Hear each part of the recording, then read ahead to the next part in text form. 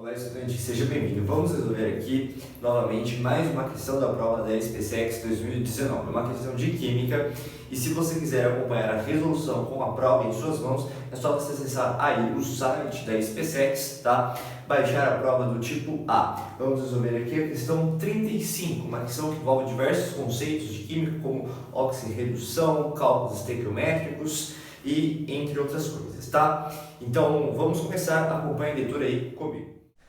Devido ao intenso calor liberado, reações de termita são bastante utilizadas em aplicações militares como granadas incendiárias ou em atividades civis como solda de trilhos de trem. A reação de termita mais comum é a aluminotérmica, que utiliza como reagentes o alumínio metálico e o óxido de ferro 3. A reação de termita aluminotérmica pode ser representada pela equação química não balanceada.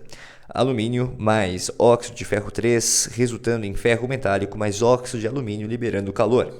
Dados valores arredondados em entalpias padrão de formação das espécies. ΔHF de óxido de alumínio igual a menos 1.676 kJ por mol. ΔHF de óxido de ferro 3 igual a menos 826 kJ por mol. Acerca desses processos são feitas as seguintes afirmativas. Então, pessoal, lê as afirmativas, tente responder a questão e logo a resolução comentada. Bom, então se você analisou o exercício, você pode entender de uma certa forma que nada mais, nada menos, que é um exercício que nos traz uma reação e sobre ela ele faz algumas afirmações. Vamos começar a analisar, tá? Eu coloquei a reação aqui em cima da lousa, já para adiantar o nosso tempo, e ele diz assim na afirmativa número 1. Após correto balanceamento, o coeficiente do reagente alumínio na equação química é 2. Vamos analisar então o balanceamento da equação. Fazendo o balanceamento, nós percebemos que no final nós temos 2 átomos de alumínio. Enquanto no começo, sem balancear, temos apenas um. Então nós precisamos colocar 2 aqui também para igualar. No começo, temos 2 átomos de ferro. Portanto, segundo a lei de Lavoisier, temos que ter também 2 átomos de ferro aqui também. Logo, a afirmativa número 1 é verdadeira. Vamos analisar então agora a afirmativa número 2. Essa é uma reação de óxido-redução e o agente oxidante é o óxido de ferro 3. Então, primeiro nós temos que verificar se realmente é uma reação de óxido-redução, como a afirmativa número 2 nos propõe, tá? Para fazer isso, você precisa ter aqueles conceitos de número de oxidação dos elementos. Basicamente, se você tem uma substância pura simples, o NOx dela é igual a 0. Se você tem uma substância pura composta, aí os NOx dos elementos podem variar, como por exemplo o carbono, tá? Mas existem alguns elementos que possuem o NOx fixo, como por exemplo elementos da família 1A, como sódio, potássio, tá? Elementos da família 2A, tá? O alumínio também tem o NOx fixo, então com base nisso vamos fazer esse tipo de análise. Então, como eu havia comentado, o alumínio, nesta ocasião, como uma substância pura simples, tem o NOx igual a 0, tá? Bom, o oxigênio é um dos elementos que, quando se encontra em substância pura composta, também apresenta o NOx fixo, com algumas exceções. Quando é um peróxido, o NOx é diferente. Geralmente, o oxigênio tem o NOx igual a menos 2, tá? Quando é peróxido, o NOx dele é menos 1, tá? Mas aqui, como não é um peróxido, é apenas um óxido, temos menos 2, tá? Como temos 3 oxigênios, se multiplicar 3 pela carga menos 2, você vai obter menos 6. Como a carga da molécula aqui é igual a 0, ou seja, isso aqui não é nenhum tipo de íon, você precisa que o ferro tenha um valor que anule a carga menos 6. Portanto, todos os ferros precisam valer 6. Como você tem 2, cada um vale 3. Continuando então a nossa verificação de se é uma reação de óxido-redução, vamos analisar o ferro aqui, tá? Assim como o alumínio, o ferro, nesta ocasião, é uma substância pura simples, portanto o NOx dele é igual a 0. Agora, aqui, o óxido de alumínio. Como eu havia comentado, o alumínio tem o NOx fixo, que é igual a mais 3. Então, vamos fazer a verificação. O alumínio foi do NOx 0 até 3, enquanto o ferro foi de 3 a 0. Então, se o alumínio foi de 0 a 3, aumentou o número de oxidação. Portanto, ele oxidou. Enquanto o ferro reduziu o número de oxidação, portanto, o ferro sofreu uma redução.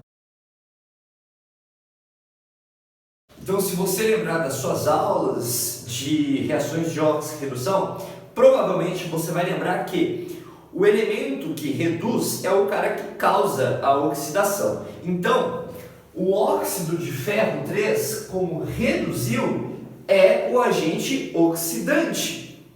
E leia bem o que a afirmativa 2 traz. Essa é uma reação de óxido-redução. Perfeito! Você percebe que alguns elementos cederam elétrons e outros receberam. Portanto, sim.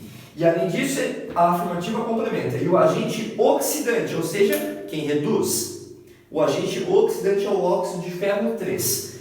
Perfeito! Como o óxido de ferro 3 causou uma oxidação, ele é o agente oxidante. Portanto, a afirmativa 2 também é verdadeira. Vamos conferir então agora a afirmativa número 3. Na condição padrão, o ΔH da reação é menos 503 kJ para cada mol de óxido de alumínio produzido, tá? O que isso quer dizer? Essa afirmativa diz que basicamente, a reação libera para o meio externo 503 kJ para cada mol de óxido de alumínio formado. Como aqui na reação nós temos já 1 mol, ou seja, o coeficiente estequiométrico aqui é 1, o que precisamos fazer é calcular o ΔH da reação. E para isso você vai precisar de alguns dados que o exercício forneceu, que são as entalpias padrão de formação das espécies envolvidas na reação, como o próprio enunciado diz, tá? Então eu vou trazer o enunciado para a lousa e assim vamos fazer o cálculo.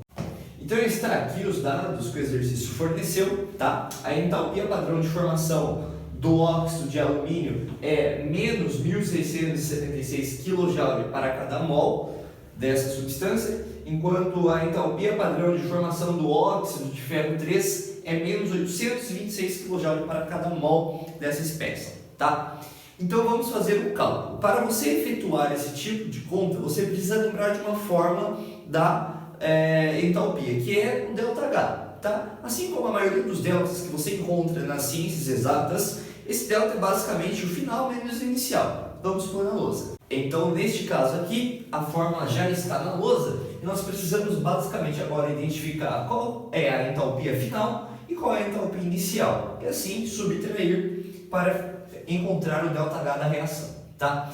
Se você perceber, o exercício não forneceu nenhum tipo de entalpia padrão de formação das substâncias puras simples, ou seja, nem do alumínio quanto do ferro, como substância pura simples. Por quê? Porque o exercício ele pressupõe que esses elementos já são formados na natureza, então você não tem um valor de energia responsável pela formação dessas substâncias, conforme o enunciado pressupõe. Então, basicamente, você vai pegar a entalpia padrão de formação do óxido de alumínio, que é o composto que está sendo produto, ou seja, no final, e vai subtrair do valor da entalpia padrão de formação do óxido de ferro 3. Então, fazendo isso, você chega no seguinte.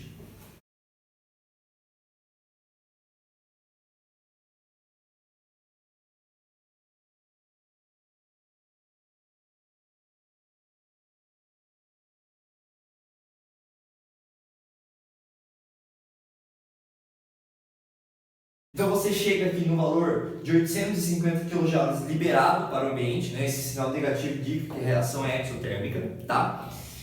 E por mol do quê? De óxido de alumínio produzido, tá? Aqui eu calculei a entalpia padrão de formação como apenas 1 mol do óxido de alumínio. Como você pode ver, é menos 1.676 kJ por mol. Então, como eu tenho 1 mol, eu calculei isso. Logo, libera-se 850 kJ para o meio externo. E com base nesses cálculos, você pode julgar a afirmativa 3 como incorreta, uma vez que ele coloca como menos 503 kJ por mol produzido de óxido de alumínio. Portanto, a afirmativa 3 é falsa.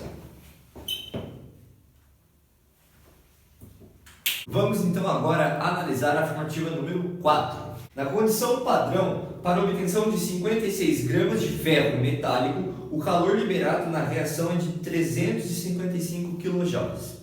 Então, basicamente, o que você precisa encontrar é o quanto de calor você libera na reação para formar 56 gramas de ferro, tá? Bom, aí você vai precisar de um dado. Qual é o dado? A massa molar do ferro, que é 56 gramas por mol, tá?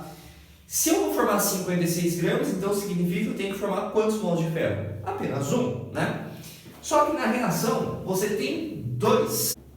Então o que você tem que fazer é dividir os coeficientes estequiométricos, reagentes e produtos por 2, para encontrar a proporção. Só que ao fazer isso, você automaticamente divide o ΔH da reação por 2, porque você calculou menos 850 kJ para cada mol. Só que para cada mol de óxido de alumínio formado, formam-se também 2 mols de ferro.